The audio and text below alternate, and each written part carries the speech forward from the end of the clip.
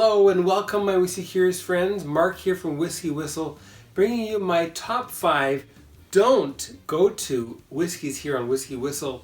Now I kind of hesitated a bit thinking I should do this, but I really want to. I have one regret review from way back when and a few others that I have not done and I will not do because I just feel that these whiskeys are whiskeys that were bottled too early, or they were distilled too quickly, or both, or just something makes these whiskeys that I think that you should avoid.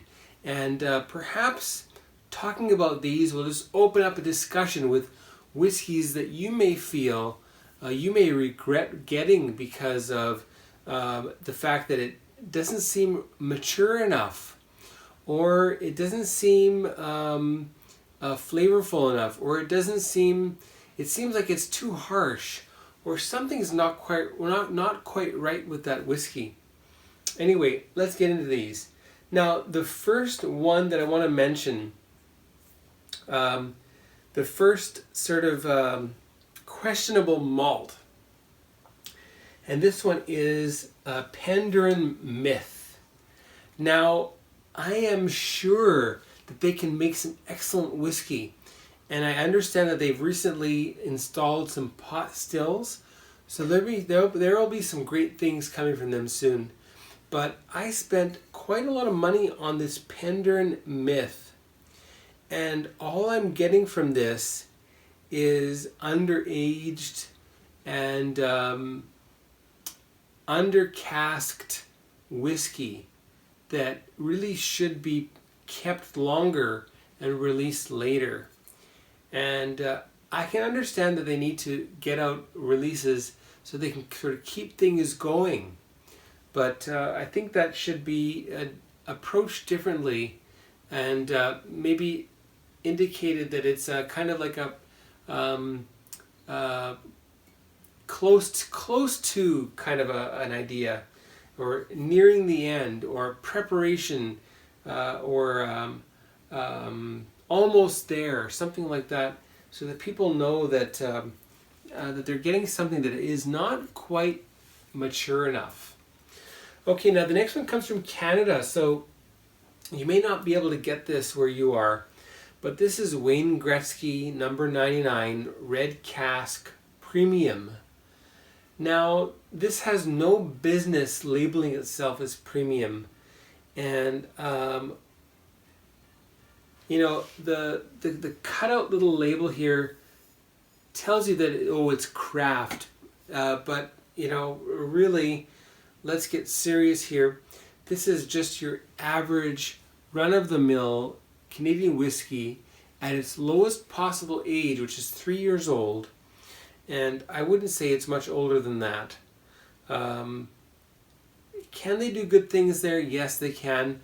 And now I believe that is sourced and then recasked, like finished at the Wayne Gretzky vineyards and distilleries. It says here finished with red wine casks. Doesn't say how long. It's 40% ABV, and pretty unremarkable. It's okay. It's palatable, but that's about all I can say about this one. All right, next up is another Canadian single malt whiskey, and this is Stock and Barrel Handmade single malt whiskey, 46% ABV.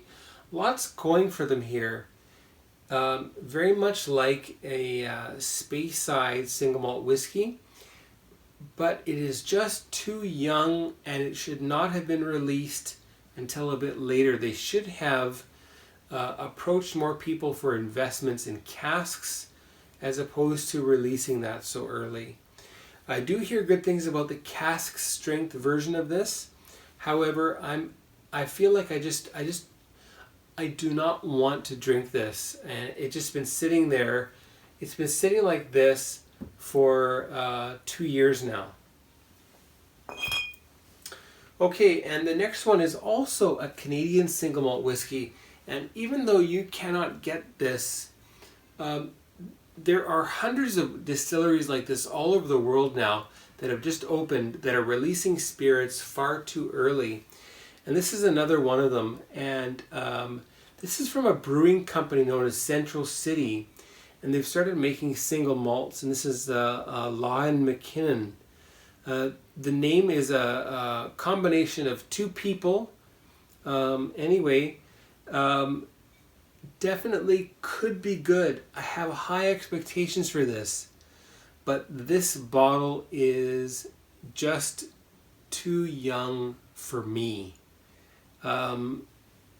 Now, you may get it and feel like it's good. You may like that particular flavor, but the more whiskey you drink and realize what well-matured whiskey tastes like, the more you'll realize that there are some whiskeys that are bottled that you just should not take home, and that the distillers should really focus on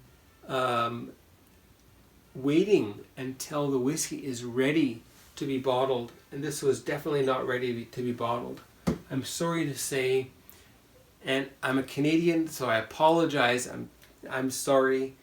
All right, and the last one is, well, it's a Scotch whiskey. It's a Scotch single malt whiskey. This is a Glenglassaugh, and this is Torfa. Now, I reviewed the Revival, and I liked it because it had enough something in there that I enjoyed it. I really liked that Revival. And here we have Torfa, which is a little bit peated, but it's just very young. It's indescript.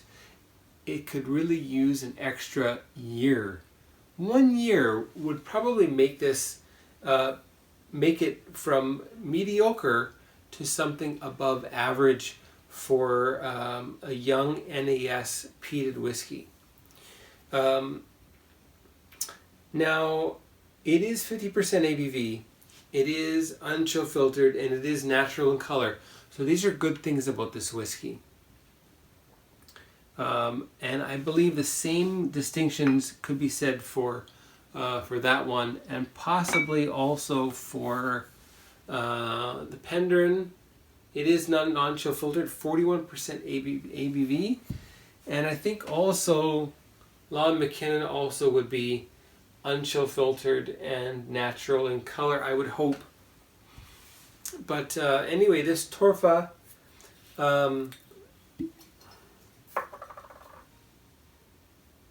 little hint of peat, but a clear, young, single malt whiskey scent.